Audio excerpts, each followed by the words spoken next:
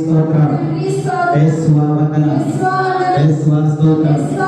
Praise the Lord, praise the Lord, praise the Lord. Hallelujah, hallelujah, hallelujah, hallelujah. ప్రభునందు ప్రియ సహోదరి సహోదరులారా, ఈనాటి మొదటి పట్టణము, రెండవ పట్టణము, సువిశేషాలు. తను తాను హెచ్చించుకునేవాడు తగ్గించబడను, తనను తాను తగ్గించుకునేవాడు హెచ్చించబడనని ఈ పట్టణాలు మనకి తెలియజేస్తూ ఉన్నాయి. మరి యొక్క సువిశేషాన్ని మనం చూసినట్లయితే పరిసయ్యుడు సుంకరి చేసినటువంటి ప్రార్థనను దేవుడు ఈరోజు మనకి ఒక ఉపమానం ద్వారా తెలియజేస్తూ ఉన్నాడు. ఈ సువిశేషాన్ని చదివిన తర్వాత మనము ఈరోజు ధ్యానించేటువంటి సందేశానికి మనము అనేక రకమైనటువంటి పేర్లతో మనము దానిని ధ్యానించవచ్చు. సుంకరి ప్రార్థన అని కూడా మనము ధ్యానించవచ్చు, లేదా పరిసయ్యుని ప్రార్థన అని కూడా మనము ధ్యానించవచ్చు, లేదా పరలోకమునకు చేరినటువంటి ప్రార్థన అని మనము ధ్యానించవచ్చు. ఇద్దరి ప్రార్థనలో ఉన్నటువంటి వ్యత్యాసాలు అని మనము ధ్యానించవచ్చు, లేదా వినయము గర్వముతో కూడినటువంటి ప్రార్థన అని కూడా మనము అవగాహన చేసుకోవచ్చు.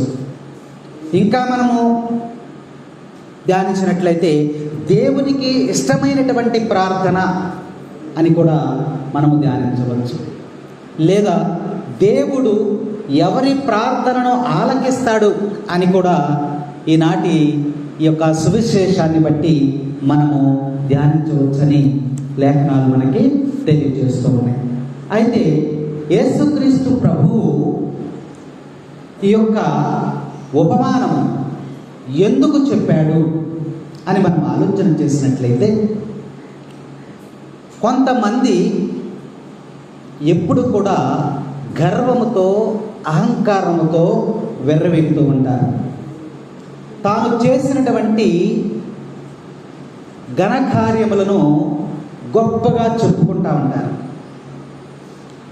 ప్రతి విషయంలో కూడా నేనేదో సాధించేశాను, ఇది ఇతరులు చేయలేకపోయారు, నేనే చేసేసాను అని చెప్పుకుంటూ ఉంటారు. చేసింది కొద్ది అయితే దానికి కొంత కల్పించుకొని గొప్పగా చెప్పుకుంటారు కొంతమంది. ప్రజలలో లేదా సంఘములో లేదా సమాజంలో గుర్తింపు రావటం కోసం వాళ్ళు ప్రయత్నం చేస్తూ ఉంటారు. ప్రజల యొక్క పొగడ్తలు పొందాలని ఆశపడుతూ ఉంటారు, లేదా అందరి దృష్టిని నేను ఆకర్షించాలి, నేను లేకపోతే ఏమీ లేదు అనే గుర్తింపు కోసం ప్రాకులాడుతూ ఉంటారు. నేను కాబట్టి చేయగలిగాను, నేను లేకపోతే ఇక్కడ ఏమీ జరగదు అని కొంతమంది అనుకుంటూ ఉంటారు. అందుకని వీరందరిని ఉద్దేశించి, ఎలాంటి స్వభావము కలిగినటువంటి వారందరిని కూడా ఉద్దేశించి ప్రభువు చెప్పినటువంటి ఉపమానం 9వ వచనం చదువుమా. పిమ్మట యేసు తాము నీతిమంతులమని తక్కిన వారు నీచులని ఎంచుకొను కొందరిని ఉద్దేశించి ఈ ఉపమానమును చెప్పెను. Praise the Lord, praise the Lord, praise the Lord. కొంతమంది సంఘములో సమాజములో ఎలా ఉంటారంట, యేసు ప్రభు చెప్తున్నాడు, మేమే నీతిమంతులము, మిగిలిన వారంతా కూడా నీచులు అని ఉద్దేశము కలిగినటువంటి వారిని గురించి, వారిని ఉద్దేశించి ప్రభువు యొక్క ఉపమానాన్ని తెలియజేస్తూ ఉన్నాడు. ఇంకా ఎదుట వారిని చిన్న చూపు చూసేటువంటి వారిని గురించి ప్రభు ఉపమానం చెబుతున్నాడు. వీడెందుకు పనికిరాడు, వీడు వేస్ట్ అని ఎదట వారిని చిన్న చూపు చూసేటువంటి వారి గురించి, వారిని ఉద్దేశించి ప్రభువు ఈనాటి సువిశేషంలో ఉపమానాన్ని చెబుతున్నాడు. మరి తనకు తానే నేను గొప్పవాడిని, నేను ఇవన్నీ నేనే చేయగలుగుతాను, నేనే పూజ బాగా చేయగలుగుతాను, నేనే వాక్యం బాగా చెప్పగలుగుతాను, తనకు తానే గొప్పలు చేసుకునేటువంటి వ్యక్తులను ఉద్దేశించి ప్రభువు ఈ ఉపమానాన్ని చెబుతున్నారట. ఇతరులను అవమానించేటువంటి, ఇతరులను హేళన చేసేటువంటి వారిని ఉద్దేశించి ఈ ఉపమానం చెబుతున్నారు యేసు ప్రభు. నేనొక్కడనే పుణ్యాత్ముణ్ణి, నేనొక్కడనే గుడికి వెళ్తాను, నేనొక్కడనే ప్రతి ఆదివారం వెళ్తాను, తక్కిన వాడు ఎవరో కూడా రారు అనే ఉద్దేశము ఉన్నటువంటి వ్యక్తులను గురించి ఈరోజు ప్రభు ఉపమానం ద్వారా తెలియజేస్తూ ఉన్నాడు. నేను పరిశుద్ధుడను, నేను పవిత్రుడను, నేను ప్రతి ఆదివారం గుడికి వెళ్తా, వీడు పాపులు, వీళ్ళు ఎందుకు కూడా రారు, వీడు గుడికి కూడా రారు అని నిందించేటువంటి వ్యక్తులను గురించి దేవుడు ఈరోజు ఆ ఉపమానాన్ని మనకి తెలియజేస్తున్నాడు. ఆడంబరమైన, బాహ్యమైన, బహిరంగమైనటువంటి జీవితమున కోసము ఆరాటపడేటువంటి వారిని ఉద్దేశించి ప్రభు ఉపమానం చెబుతూ ఉన్నాడు. నేను ప్రతి ఆదివారం గుడికి వెళ్ళిపోతున్నాను, బైబిల్ పట్టుకుని వెళ్ళిపోతున్నాను, జపమాలు జపిస్తున్నాను, ఎప్పుడు ప్రార్థన వెళ్ళిపోతున్నాను, నేను ఎక్కడ ప్రార్థన వెళ్తున్నాను, ప్రార్థన చేస్తున్నాను, పాటలు పాడుతున్నాను. ఇలా బాహ్యమైనటువంటి జీవితము, అందరూ కూడా నన్ను చూడాలి, అందరిలో కల్లా నేనే ఎప్పుడు వెళ్తా ఉంటాను, నేనే అన్నీ చేస్తా అని ఆడంబరమైనటువంటి జీవితము కావాలని కోరుకునేటువంటి వారి గురించి దేవుడు తెలియజేస్తున్నాడు. పైకి భక్తులలాగా కనిపిస్తూ లోపల అంతర్గతముగా అంతర్గత జీవితము బాహ్య జీవితానికి భిన్నముగా ఉన్నటువంటి వ్యక్తుల గురించి ప్రభువు ఈరోజు ఉపమానం ద్వారా ప్రభువు మనకి తెలియజేస్తున్నాడు. అందుకనే 9వ వచనంలో చెప్తున్నాడు ఆయన, తాము నీతిమంతులమనియు తక్కిన వారందరూ నీచులనియు ఎంచుకుని వారి కొందరిని గురించి ఈ ఉపదేశమును ప్రభు మనకి తెలియజేస్తున్నాడు. Praise the Lord. ఇందులో మనం ఉన్నామేమో ఒకసారి జ్ఞాపకం చేసుకుందాం. ప్రభువు మనల్ని ఉద్దేశించే ఈ ఉపమానం చెబుతూ ఉన్నాడు. నన్ను ఉద్దేశించే ఈ ఉపమానం చెప్తున్నాడని ఈ సమయంలో ఆత్మ పరిశీలన మనం చేసుకోవాలి. 10వ వచనం చదువు. ప్రార్థనకై ఇద్దరు దేవాలయమునకు వెళ్ళిరి. ఎంతమంది వెళ్ళారంట? ఇద్దరే వెళ్ళారు. ఎందుకు వెళ్ళారంట అంటే అది భక్తి పరులే. ఇద్దరు వ్యక్తులు ఉన్నారు ఇక్కడ. ఎవరు ఇద్దరు వ్యక్తులు? పరిసయ్యుడు, సుంకరి. ఎందుకు వెళ్ళారు వాళ్ళు? ప్రార్థన చేసుకుంటాకి వెళ్ళారు.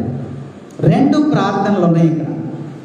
సుంకరి ప్రార్థన ఉంది, పరిసయ్యుని ప్రార్థన. ఇద్దరు వ్యక్తులు వెళ్ళారు, 2 ప్రార్థనలు ఉన్నాయి అక్కడ. అవునా? చివరికి దేవుడు తీర్పు ఇచ్చాడా లేదా? ఎన్ని తీర్పులు ఇచ్చాడు?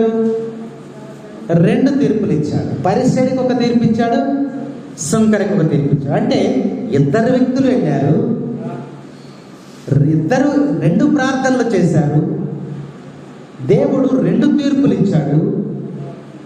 వారిద్దరికి 2 దృక్పథాలు ఉన్నాయి, 2 ఆలోచనలు ఉన్నాయి. పరిచయం ఆలోచన వేరుగా ఉంది, సుంకరి ఆలోచన వేరుగా ఉంది. కానీ వాళ్ళిద్దరు ఎక్కడికి వెళ్ళారు? ఒకే దేవాలయానికి వెళ్ళారు. 2 దేవాలయాలు ఉన్నాయి అక్కడ, ఒకే దేవాలయంలోకి వెళ్ళారు ఇద్దరు కూడా. అంటే ఇద్దరికి ప్రార్థన ఇష్టమే, దేవుని దగ్గరికి వెళ్ళాలనే ఆశ ఇద్దరికీ ఉంది, ప్రార్థన అవసరత ఇద్దరికీ ఉంది. అందుకే వాళ్ళు దేవాలయానికి వచ్చారు. ప్రార్థన అవసరం లేకపోతే దేవాలయానికి వచ్చేవాళ్ళు వాళ్ళిద్దరూ వచ్చేవాళ్ళ కాదు. మీరందరూ కూడా దేవాలయానికి వచ్చారంటే ప్రార్థన ఎరడం ఆసక్తి, ప్రార్థన యొక్క అవసరత, దాన్ని బట్టే మీరు వచ్చారు.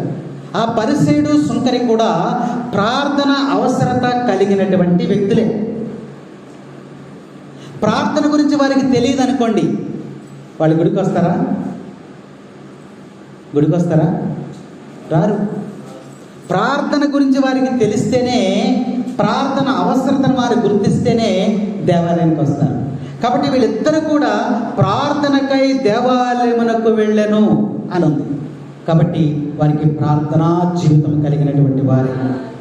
వాళ్ళిద్దరూ వచ్చి ఎవరిని ఆరాధించారు? ఒకే దేవుణ్ణి ఆరాధించారు. ఆయన ఒక దేవుడు, ఈయన ఒక దేవుడా? ఒకే దేవుణ్ణి వారు ఆరాధించారు. ఒకే దేవుని వారు ప్రార్థిస్తున్నారు. ఒకే స్థలంలోనికి వారు వచ్చారు. ఒకే సమయంలో కూడా వచ్చారని మనకు అర్థమవుతా ఉంది. అవునా? ఒకే సమయంలో వచ్చారా? వచ్చారు. ఎందుకంటే వాక్యాన్ని బట్టి చూస్తే పరిసయ్యుడు ప్రార్థన చేశాడు కదా, ఆ వాడినటువంటి పదాలను మనం జ్ఞాపకం చేసుకుందాం. ఏం వాడాడు? 11వ వచనం చదవమా. నిలబడి తనలో తాను, ఓ దేవా, చదువు ఫాస్ట్ వచ్చి.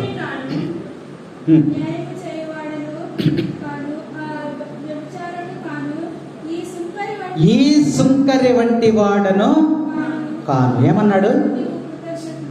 ఈ సుంకరి వంటి వాడను అంటే ఇద్దరు ఒకే సమయంలో ఉన్నారా లేరా? ప్రార్థన చేసుకుంటున్నాడు పరిసయ్యుడు, ఆ పక్కనే అదే సమయంలో ఈ సుంకరి కూడా ఉన్నాడు. అందుకనే ప్రార్థన చేస్తానే ఈ సుంకరి వంటి వాడు అంటున్నాడు. ఒకవేళ సుంకరి అక్కడ లేడనుకోండి, ఏమనేవాడు? ఆ సుంకరి వలె అనేవాడు. అంతేనా? ఎక్కడ ఉండేవాడు? ఆ సుంకరి వలె. కానీ అట్లా అనలేదు. ఏమన్నాడు? ఈ సుంకరి వలె. ప్రార్థన చేస్తున్నప్పుడు ఈ సుంకరి వలె అన్నాడు. కాబట్టి పక్కనే ఉన్నాడని మనకు అర్థమవుతాం. కాబట్టి ఒకే దేవుని నమ్మారు, ఒకే దేవుని ప్రార్థించారు, ఒకే స్థలమునకు వచ్చారు, ఒకే సమయంలో కూడా వచ్చారు. కాబట్టి ఈ యొక్క ఇద్దరు వ్యక్తులు ప్రార్థన చేయటానికి దేవాలయానికి వచ్చారని వాక్యంలో స్పష్టంగా వ్రాయబడింది. 11 చదువుమా. 11, 12 వచనాలు చదువు. పరిసయ్యుడు నిలవబడి, పరిసయ్యుడు ప్రార్థన చేస్తున్నాడు మంచిగా. పరిసయ్యుడు అంటే ఎవరు? పరిసయ్యుడు అంటే ఎవరమ్మా? క్రీస్తుని వ్యతిరేకించినటువంటి వారు, క్రీస్తు బోధలను తిరస్కరించినటువంటి వారు, క్రీస్తుని అంగీకరించినటువంటి వారు. అవునా? కాబట్టి వారి యొక్క బోధనల గురించి యేసు ప్రభువు కూడా ఒక మాట చెప్పాడు. చూడము, మత్తయి శుభవార్త 3వ అధ్యాయము 7వ వచనాన్ని ఒకసారి చదవండి. పరిసయ్యులు సద్దూకయ్యులు అనేకులు వచ్చుటను చూచి యోహాను వారితో, ఓ సర్ప సంతానమా. ఏమని పిలిచారు పరిసయ్యుల్ని? సర్ప సంతానమా అని పిలిచారు. అంటే అర్థం ఏంటి? సైతానికి సంబంధించినటువంటి వారు. కాబట్టి పరిసయ్యులు అంటే యేసుని వ్యతిరేకించినటువంటి సైతానుని ఆశ్రయించినటువంటి వారని అర్థం. లూకా శుభవార్త 11వ అధ్యాయము 39వ వచనంలో చూస్తే యేసు ప్రభు పరిసయ్యుల గురించి మాట్లాడిన మాట అక్కడ స్పష్టముగా, అందుకు యేసు అతనితో ఇట్లా, నేను పరిసయ్యులు గిన్నెలకు పళ్ళెములకు బాహ్య శుద్ధిని చేయడమే తప్ప కానీ మీ అంతరంగము మాత్రము దౌర్జన్యముతోనూ దుష్టత్వముతోనూ నిండి ఉన్నది. Praise the Lord, praise the Lord. వాళ్ళు చేస్తున్నారు, ధర్మశాస్త్రాన్ని పాటిస్తున్నారు పరిసయ్యులంటే.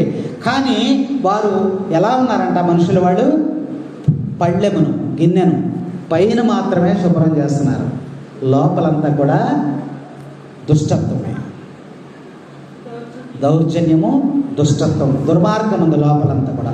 దేవుడు అంతరంగాలను పరిశీలన చేస్తూ ఉన్నాడు. అందుకనే వారి హృదయాలను గురించి దేవుడు తెలియజేస్తున్నాడు. దేవునికి దూరముగా ఉన్నటువంటి వారు పరిశీలన వాక్యం మనకి బోధిస్తూ ఉంది. లూకా శుభవార్త 11వ అధ్యాయము 43వ వచనం చూసినట్లయితే, అయ్యో పరిశీయులారా మీకు అనర్థము అని ప్రభువు చెబుతూ ఉన్నాడు. పరిశీలన గురించి వారు ఇతరులకు సహాయం చేసేటువంటి వారి కారు.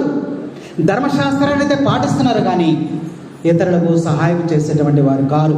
వారు బాహ్య శుద్ధి తప్ప అంతర్గత శుద్ధి వారిలో లేదు. వాళ్ళు పరిశీలన. ఇంకా చూడు, లూకా శుభవార్త 12వ అధ్యాయం 1వ వచనం ఒకసారి జ్ఞాపకం చేసుకుందాం.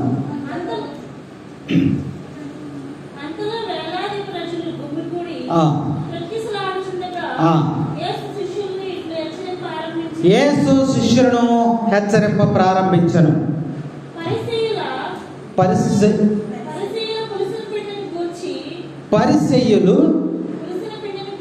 పులిసిన పిండితో పోల్చారు. Praise the Lord. పరిసయ్యులు యేసు ప్రభు దేంతో పోల్చాడమ్మా? పులిసిన పిండి. పులిసిన పిండి పరిసయ్యుల యొక్క బోధ, తాజా పిండి యేసయ్య బోధ. మీరు పిండి వంటలు, అట్లు అవన్నీ చేసుకోవాలంటే పులిసిన పిండితో చేసుకుంటారా, తాజా పిండితో చేసుకుంటారా? పులిసిన పిండితో చేసుకుంటే అదేం చేస్తుంది? అనారోగ్యం ఉంటుంది. తాజా పిండితో చేసుకుంటే అది ఆరోగ్యాన్ని ఇస్తుంది. కాబట్టి పరిశీలన యేసుప్రభు ఏమంటున్నారు ఇక్కడ? పులిసిన పిండితో. అంటే వారి బోధలు అనారోగ్యమైనవి. క్రీస్తు బోధలు తాజా బోధలు, స్వచ్ఛమైనవి, మనిషిని పరలోకాన్ని చేర్చేటువంటి బోధనని ప్రభువు హెచ్చరిక చేస్తారు. వాళ్ళు పరిశీలన అంటే వాళ్ళు. చదువు 11వ వచనం చదువు. సువిశేషంలో 11.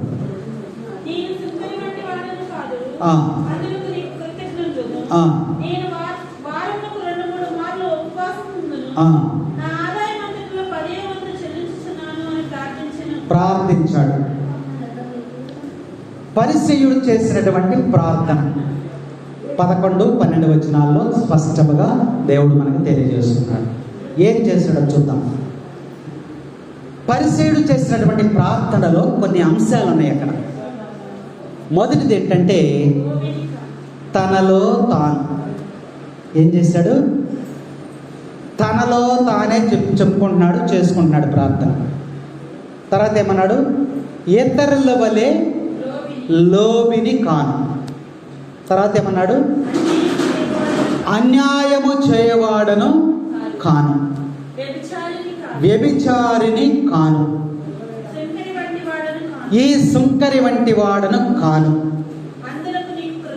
వారమునకు 2 మారులు ఉపవాసం ఉంటున్నాను, నా సంపదలో 10వ వంతు ఆదాయము చెల్లిస్తున్నాను.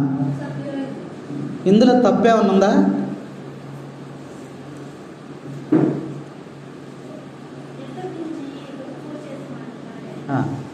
ఒక మాటలో చెప్పాలంటే ధర్మశాస్త్రాన్ని ఉన్నది ఉన్నట్టుగా పాటిస్తున్నాడు.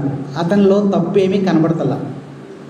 తనలో తాను అనుకుంటున్నాడు, నేను వాడి వల్లే లోబిని కాదు అంటున్నాడు. నిజమే, లోబి కాదు, మంచిదే, సహాయం చేస్తున్నాడు అందరికీ. అన్యాయం చేయను అంటున్నాడు, ఎవరికి అన్యాయం చేయట్లేదు. వ్యభిచారిని కాదు, నేను పాపం చేయట్లేదు. సుంకరిలాగా నేను పాపిని కాదు. నేను ఉపవాసం ఉండమన్నావు నువ్వు, నేను ఉపవాసం ఉంటున్నాను. నా ఆదాయంలో 10వ వంతు చెల్లిస్తున్నాను. ఇతను తప్పేం చేయట్లేదే. అన్నీ మంచిగానే ఉన్నాయి. ఇతరులు ధర్మశాస్త్రాన్ని ఉన్నది ఉన్నట్టుగా అనుసరిస్తున్నానని ఆయన ఎవరికి చెప్తున్నాడు? దేవునికి చెప్తున్నాడు. దేవుని దగ్గరికి వెళ్ళినప్పుడు నువ్వు దేవుణ్ణి అడగాలి. దేవుడు ఎవరు? ఇచ్చేవాడు దేవుడు, తీసుకునేటువంటి వారము, పొందేవారం మనం. ఇప్పుడు పరిసయ్య ప్రార్థనలో దేవుణ్ణి ఏమైనా అడిగాడా? ఏమన్నా అడిగాడా? అడగల. ప్రార్థన అంటే ఏంటి? దేవుని దగ్గరికి వెళ్ళి అభ్యర్థించటం, అడగటం. కానీ ఈ పరిసయ్యుడు చేసినటువంటి ప్రార్థనలో దేవుణ్ణి ఏమైనా అడిగాడా? సుంకరిని ఎత్తి చూపటమే తప్ప అతను ఇంకేమీ కూడా ప్రార్థనలో దేవుణ్ణి అడగలేదు. ఇంకొక మాట చెప్పాలంటే, దేవుని యొక్క ఆజ్ఞల్లో ఒకటి, నిన్ను వలె నీ పొరుగు వారిని ప్రేమించమన్నాడు. ప్రేమించాడా? అంటే ఇతని ప్రార్థనలో దేవుని యొక్క ఆజ్ఞలను మీరాడు.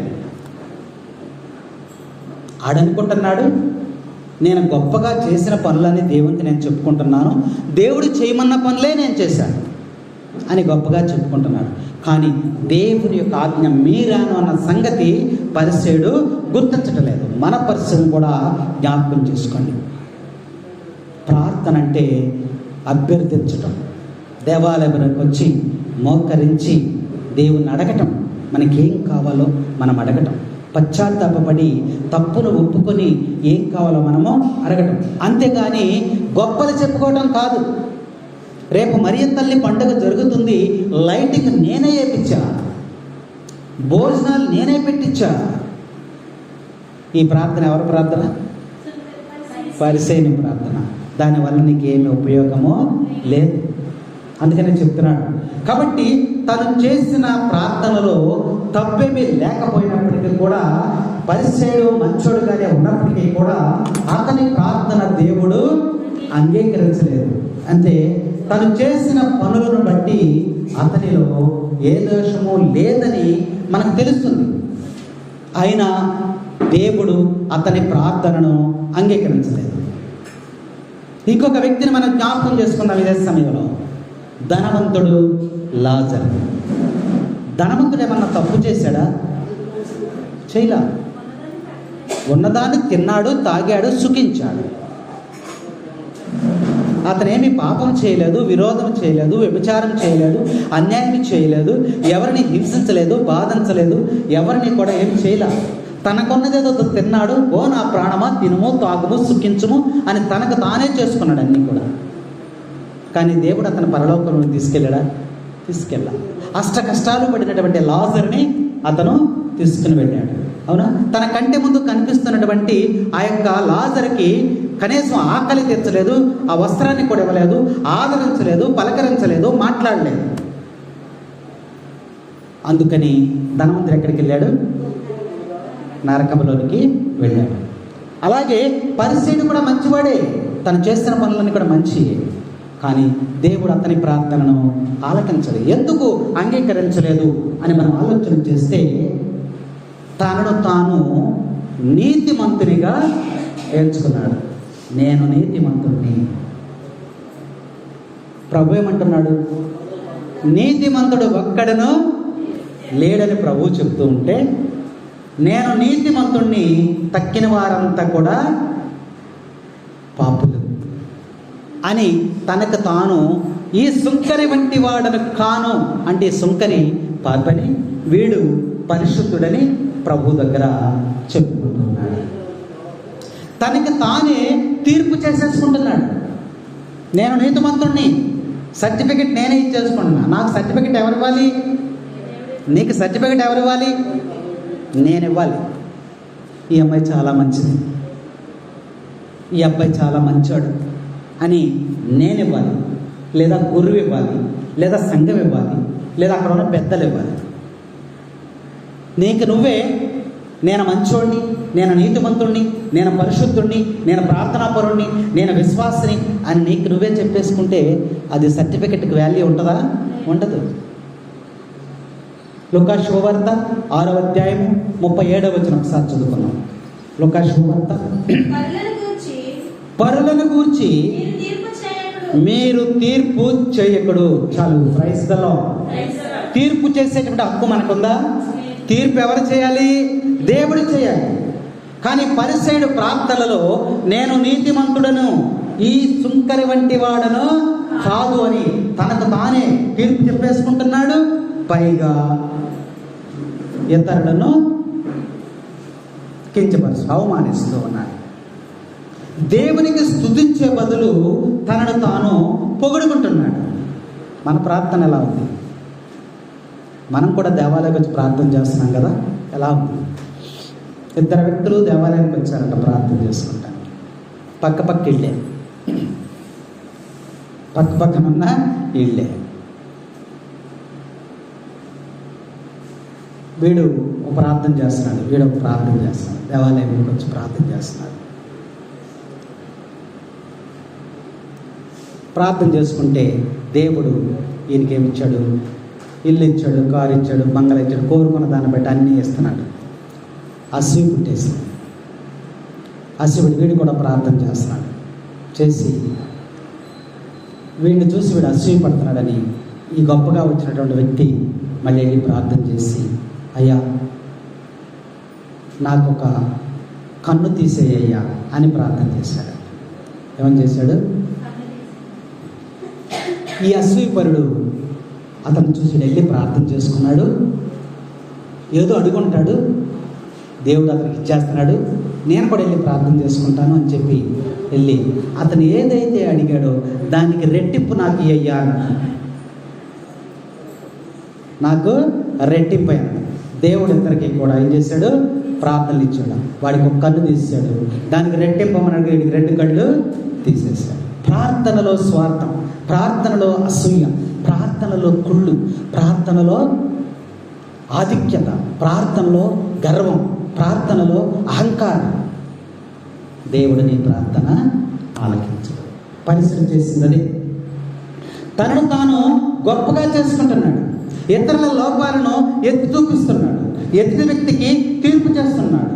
ఎదుటి వ్యక్తిని చిన్న చూపిస్తున్నాడు. తను చేసినటువంటి ఘనకార్యాలతో తృప్తి పడకుండా, నేను అది చేస్తున్నాను ఇది చేస్తున్నాను అన్నాడు కదా, వాటితో తృప్తి పడకుండా దేవుని నుండి ప్రతిఫలాన్ని కోరుతున్నాడు. వెరీ గుడ్, నువ్వు బాగా చేసావు, వెరీ గుడ్ అని దేవుడు అంటాడేమో అని దేవుని దగ్గర గొప్పలన్నీ కూడా చెప్పుకున్నాడు. ప్రతిఫలము కోసము దేవుని దగ్గర ఎదురు చూస్తున్నాడు. దేవునికి కృతజ్ఞత తెలియజేయాలి. అయ్యా నేను ఎలాంటి వాడను, నాకు ఎలాంటి స్థితినిచ్చావు అని దేవునికి కృతజ్ఞతలు తెలియజేయడానికి బదులుగా ప్రతిఫలాన్ని కోరుకుంటున్నాడు పరిచయుడు. ఇతను చేసినటువంటి పనులన్నీ దేవుని మహిమార్థమై కాకుండా ఇతను ఏం చేశాడు? తన యొక్క గౌరవార్థం. సమాజంలో గుడికి ఎక్కువ సందా ఇచ్చారంటే సంఘంలో ఏమనుకుంటారు? వీడు గుడికి చాలా ఇస్తారు. సంఘంలో పేరు రావడానికి, పేరు ప్రఖ్యాతలకై, తన మహిమార్థమై, తన గౌరవార్థమై చెప్పుకుంటున్నాడే తప్ప దేవుని మహిమార్థమై, దేవుని మహింపరిచే విధముగా తన ప్రార్థన ఒక్క మాట కూడా రాలేదు. ప్రార్థనా మందిరములలో ప్రథమ స్థానాలకై ఎదురు చూస్తూ ఉన్నాడు. 2 దేవాలయానికి వచ్చారు. ఒకడు ఎక్కడున్నాడు? వీడేం చేశాడు? ఆడికి అనుమతినే వెళ్ళాలి. ప్రార్థనా స్థలములలో ప్రథమ స్థానాలకై వాడు ఎదురు చూస్తూ ఉన్నాడు. వీధులలో ప్రజల నమస్కారాలకై ఎదురు చూస్తూ ఉన్నాడు. తన వ్యక్తిగత జీవితాన్ని అతను పరిశీలించుకోవడం లేదు. ప్రభువునందు ప్రియ సహోదరి సహోదరుల, మన ప్రార్థన పరిశీలనగా ఉండాలి. ఆత్మ పరిశీలన చేసుకోవాలి. ఆత్మ పరిశీలన. మనలో 2 జీవితాలు ఉంటాయి. ఒకటి బాహ్యమైనటువంటి జీవితం, రెండవది అంతర్గత జీవితం. బాహ్య జీవితం అనేది అందరికీ కనబడుతుంది. కొత్త బట్టలు వేసుకున్నావా, ఫెయిర్ అండ్ లవ్లీ రాసుకున్నావా, పౌడర్ రాసుకున్నావా, నెక్లెస్ పెట్టుకున్నావా, అంచు చీర కట్టావా, కళ్ళజోడు పెట్టావా, అన్నీ మొత్తం బాహ్యమైనటువంటి జీవితము నువ్వు చెప్పినా చెప్పకపోయినా అందరికీ కూడా కనిపిస్తుంది. కానీ అంతర్గత జీవితం అనేది ఎవరికి కనపడదు. ఎవరికి కనపడుతుంది? దేవునికి మాత్రమే కనిపిస్తుంది.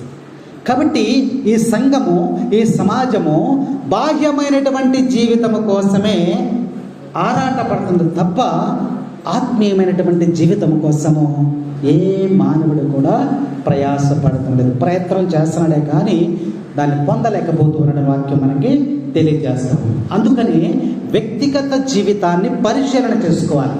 ప్రార్థనకు వచ్చినప్పుడు వ్యక్తిగత జీవితాన్ని మలుచుకోవాలి. అందుకని వీడంటున్నాడు, ఉపవాసముల గురించి దేవునితో గొప్పగా చెప్తున్నాడు. ఏమని చెప్పాడు? వారానికి 2 సార్లు ఉపవాసం అంటున్నాను. ఉపవాసంతో ప్రార్థన చేయమన్నాడు దేవుడు. యేసు ప్రభువు కూడా ఎడారికి వెళ్ళి 40 దినములు ఉపవాసం ఉండి ప్రార్థన చేశాడు, శక్తిని పొందుకున్నాడు. కాబట్టి ఉపవాస ప్రార్థన ద్వారా నువ్వు ఆత్మీయమైన శక్తిని పొందుకుంటావు. దీవెనలు ఆశీర్వాదకరము. నీ ప్రార్థన దేవుడు ఆలకిస్తాడు. ఇది సత్యం. అయితే వీడేం చేస్తున్నాడు? ఉపవాసం గురించి దేవునికి చెప్తున్నాడు. అయ్యా, నేను వారానికి 2 మార్లు ఉపవాసం ఉంటానంటాడు. మత్తయి శుభవార్త 6వ అధ్యాయం తీయమా. మత్తయి శుభవార్త 6వ అధ్యాయము 16వ వచనం ఒకసారి జ్ఞాపకం చేసుకున్నట్లయితే, మీరు ఉపవాసము చేయనప్పుడు కపట వేషధారుల వలె విచారవదనములతో ఉండకుడు. వారు తమ పరుల కంటపడుటకై విచారవదనములతో ఉపవాసముందురు. వారికి తగిన ప్రతిఫలము లభించునని. ఉపవాసము చేయనప్పుడు తలకు నూనె రాసుకొని ముఖము కడుగుకొనుము. అందువలన అదృశ్యుడైనటువంటి నీ దేవుడు తప్ప మరెవ్వరును గుర్తుపరచాలి. నువ్వు ఉపవాసం అన్నది ఎవరికి తెలియాలి? ఇంకా మిగతాడు ఎవరికి తెలియకూడదు. మనం అది ఎప్పుడు చేస్తాం? లెంట్ డేస్ వస్తాయి కదా, ఆడొచ్చేసి మొహం ఏలాడేసుకుని కూర్చుంటాడు. ఏంటి అలా అంటే ఉపవాసం అన్నా ఇవాళ అంటే వాడు ఉపవాసం ఉన్నట్టు మనందరికీ కూడా తెలియాలి. దానివల్ల ఏం ప్రయోజనమో లేదంట ప్రభువు చెప్తున్నాడు. ఈడెళ్ళి పరిచయుడెళ్ళి నువ్వు చెప్పినట్టే నేను వారానికి 2 మార్లు ఉపవాసం ఉంటున్నాను అంటున్నాడు. యేసు ఏం చెప్పాడు? నువ్వు ఉపవాసము చేయనది నీకు తప్ప ఎవరికి కూడా తెలియకూడదు. రహస్య కార్యాలను గుర్తించేటువంటి నీ తండ్రి దానిని గుర్తించి నీకు తగినటువంటి బహుమానాన్ని నీకు ఇస్తానని చెప్తే ఈడెళ్ళి నేను వారానికి 2 సార్లు ఉన్నాను ఉపవాసం అని ఆ యొక్క పరిచర్య ప్రార్థనలో అలాంటి ప్రార్థనని దేవుడు ఇక్కడ అంగీకరించలేదు. అందుకనే వాక్యంలో మనం చూసినట్లయితే నీ గొప్ప కోసం నువ్వు ప్రార్థనవే తప్ప ప్రభు మహిమార్థమై నువ్వు ఇక్కడ ప్రార్థన చేయలేదు. తనను తాను హెచ్చించుకుంటున్నాడే తప్ప అక్కడ ప్రయోజనకరం లేని ప్రార్థన చేస్తున్నాడు. దేవుని ప్రార్థించడం లేదు, తనలో తాను ప్రార్థిస్తున్నాడు. తర్వాత ఏమన్నాడమ్మా? నా ఆదాయం అంతటిలో, నా సంపద అంతటిలో నేను 10వ వంతు చెల్లిస్తున్నాను అంటున్నాడు. గొప్పగా చెప్తున్నాడు. పక్కన ప్రజలుంటే వాళ్ళు కూడా వినాలి, వాళ్ళు కూడా వినేటట్టు చేస్తున్నాడు. నేను ఇచ్చానయ్యా, అంత ఇచ్చాను. పక్కన ఉన్నవాడు ఏమనుకుంటాడు? ఓహో ఆహో ఓహో మనకు బాగా ఇచ్చేది ఎవరు? ఈయనే అని అందరూ ఈయన్ని గౌరవిస్తారు. యేసు ప్రభు ఒకసారి యెరూషలేములో దేవాలయంలో కూర్చున్నాడు కదా, కూర్చున్నాడా? ఆదివారం నాడు ప్రార్థనకి వెళ్ళి ఆయన ప్రధాన ఆసనం కోసం ఆశపడలేదు. ఆయన యాజకుడు అక్కడ ప్రార్థన చేస్తుంటే దేవుడై ఉండి యేసు ప్రభు సామాన్యుడిలాగా దేవాలయానికి వచ్చి ఆ పక్కన వేసినటువంటి కుర్చీ వేసుకుని అక్కడ కూర్చున్నాడు. ఎంత తగ్గించుకున్నాడో చూడండి. కూర్చుని పరిశీలన చేస్తున్నాడు. లూకా శుభవార్త 21వ అధ్యాయము 1వ వచనం, 1 నుంచి 4 వచనం. దేవాలయ కానుక పెట్టిలో తన కానుకలు వేయుచున్న ధనికులను యేసు చూసాడు. దేవాలయంలో కానుకలు వేస్తున్నారు, చందా పెట్టి పడతాం కదా, పట్టినప్పుడు అందరూ వచ్చి కానుకలు వేస్తున్నారు. ధనికులు డబ్బున్న వాళ్ళు ఏం చేస్తున్నారు? డబ్బులు ఎలా వేస్తున్నారంట? ఇలా పైకెత్తి, నాణ్యాలే, అప్పుడు రూపాయలు లేవు, నాణ్యాలే పైకెత్తి ఇట్లా వేసేస్తున్నారు. నాణ్యాలన్నీ వేస్తున్నారు. అప్పుడు ఏమవుతుంది? గలగల సౌండ్ వస్తుంది. సౌండ్ వచ్చినప్పుడు మనం ఏం చేద్దాం? అందరూ అటే చూస్తాం కదా. ఇప్పుడు అటే ఎవరైనా వచ్చారనుకో, ఇది వదిలేసి అందరూ పడి చూద్దాం. ఈ డబ్బాలో పడుతుంటే అందరూ కానుకలు చూస్తున్నారు. చూసేమనుకుంటారు? ఓ చాలా కానుకలు వేసాడు, వీడి గొప్పోడు. బయటకు వచ్చిన తర్వాత కూడా ఆడికి నమస్కారాలు. ఆడు మన ఇంటికి వస్తే అన్ని కూర్చోబెట్టి నమస్కారాలు చేస్తాం. అది చూస్తున్నాడు యేసు ప్రభు. ఒక పేద విధవరాలు ఏం చేసింది? 2 కాసులు 2 పైసలు చేతిలో పెట్టుకుని, అవి కూడా బయటికి కనపడకుండా, ప్రజల కంట పడకుండా, కాముగా వచ్చి కనపడకుండా అందులో వేసింది. ఇది ఎవరు చూశారు? యేసు చూశారు. అప్పుడు అంటున్నాడు వాళ్ళని ఉద్దేశించి, ఈ కానుకలు నేను ఎందుకు వేస్తున్నారు ధనికులు? వీరు గొప్పలు, వీళ్ళ గౌరవార్థమై వీళ్ళు కానుకలు వేస్తూ ఉన్నారు. కానీ ఆ స్త్రీ ఏం చేసింది? తనకున్నదంతా హృదయపూర్వకముగా తనకున్న దాంట్లోంచి, తనకున్న స్థితిలో నుంచి చిన్న కానుకనిచ్చింది. ఈ కానుక ఆశీర్వదించబడినది. Praise the Lord, praise the Lord, praise the Lord. కాబట్టి వీడు పరిశీలన చేసినటువంటి ప్రార్థనలో ఏముంది?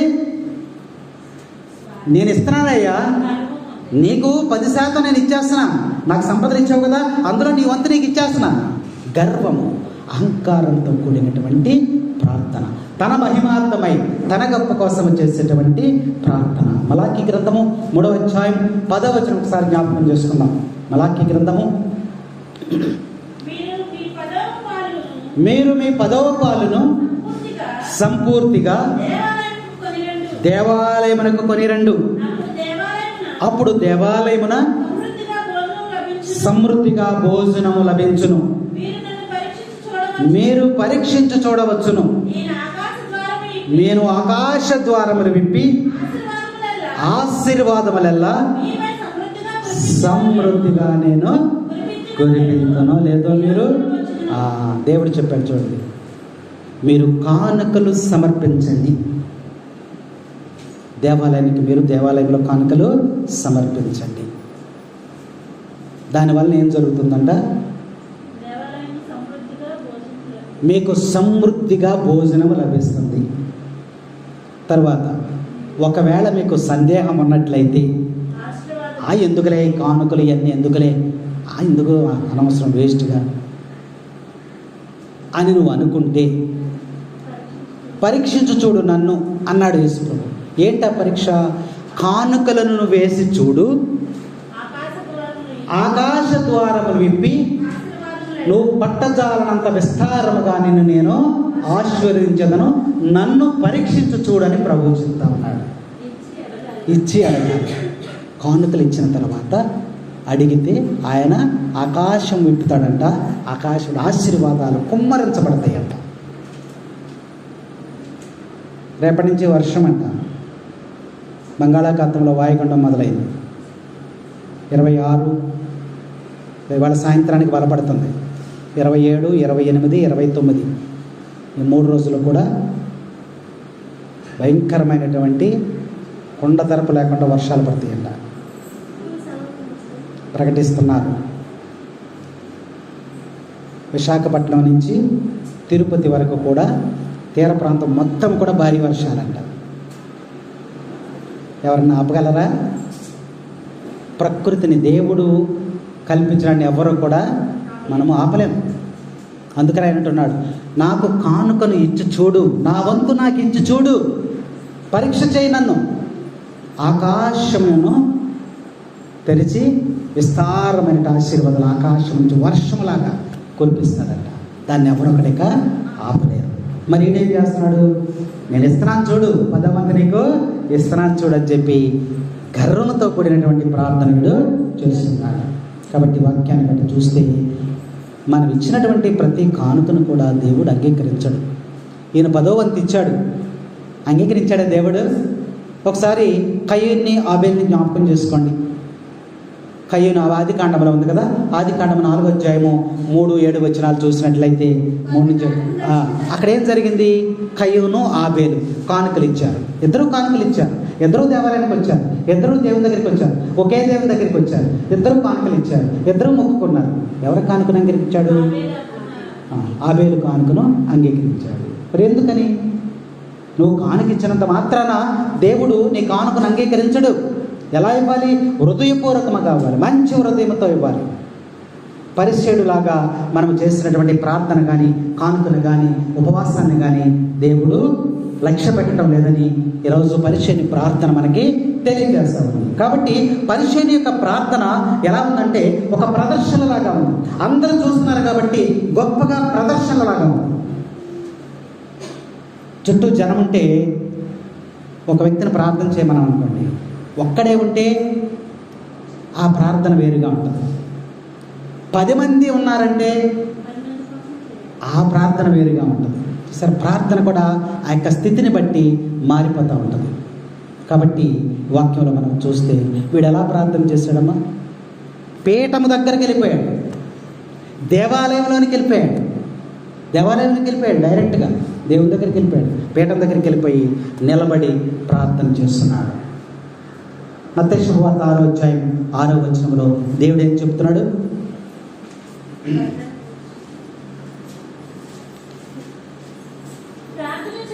ప్రార్థన చేయనప్పుడు నీవు నీ గదిలోనికి ప్రవేశించి తలుపులు మూసుకుని అదృశ్యుడైనటువంటి నీ తండ్రిని ప్రార్థించుము. ప్రార్థన చేసేటప్పుడు ఎలా ఉండాలంట? నీ గదిలోనికి ప్రవేశించి తలుపులు మూసుకుని అదృశ్యుడైనటువంటి నీ దేవుణ్ణి ప్రార్థించాలి. అలా అని చెప్పి మనం ఇప్పుడు వెళ్ళిన తర్వాత గదిలోకి వెళ్ళబాకండి. గదిలోకి వెళ్ళి తలుపులు వేసేసుకుని చేయబాకండి. దాని అర్థం ఏమిటంటే హృదయం అనేటువంటి గది. హృదయంలోనికి వేరే అవకాశం ఇవ్వకుండా హృదయం యొక్క తలుపులు మూసుకొని నీ కండ్లు మూసుకొని, అర్థమైందా, దేవుణ్ణి ప్రార్థించాడు. ఈయనేం చేశాడు? తిన్నగా రావటం ఎక్కడికి వెళ్ళిపోయాడు? దేవుని దగ్గరికి వెళ్ళిపోయాడు, పీఠం దగ్గరికి వెళ్ళిపోయి నిలబడి, అయ్యా నేను ఇచ్చేసానని చెప్పేస్తాను. సుదీర్ఘమైనటువంటి ప్రార్థన చేశాడు. ఎన్ని అంశాలను చూడండి. వీడి ప్రార్థన హృదయం నుండి కాక పెదవుల నుండి వచ్చిందని మనం అర్థం చేసుకోవాలి. వీడి ప్రార్థన ఇతరులతో పోల్చుకుని చేస్తున్నాడు, పక్కన ఉన్నటువంటి వాడిని పోల్చుకుని చేస్తున్నాడు.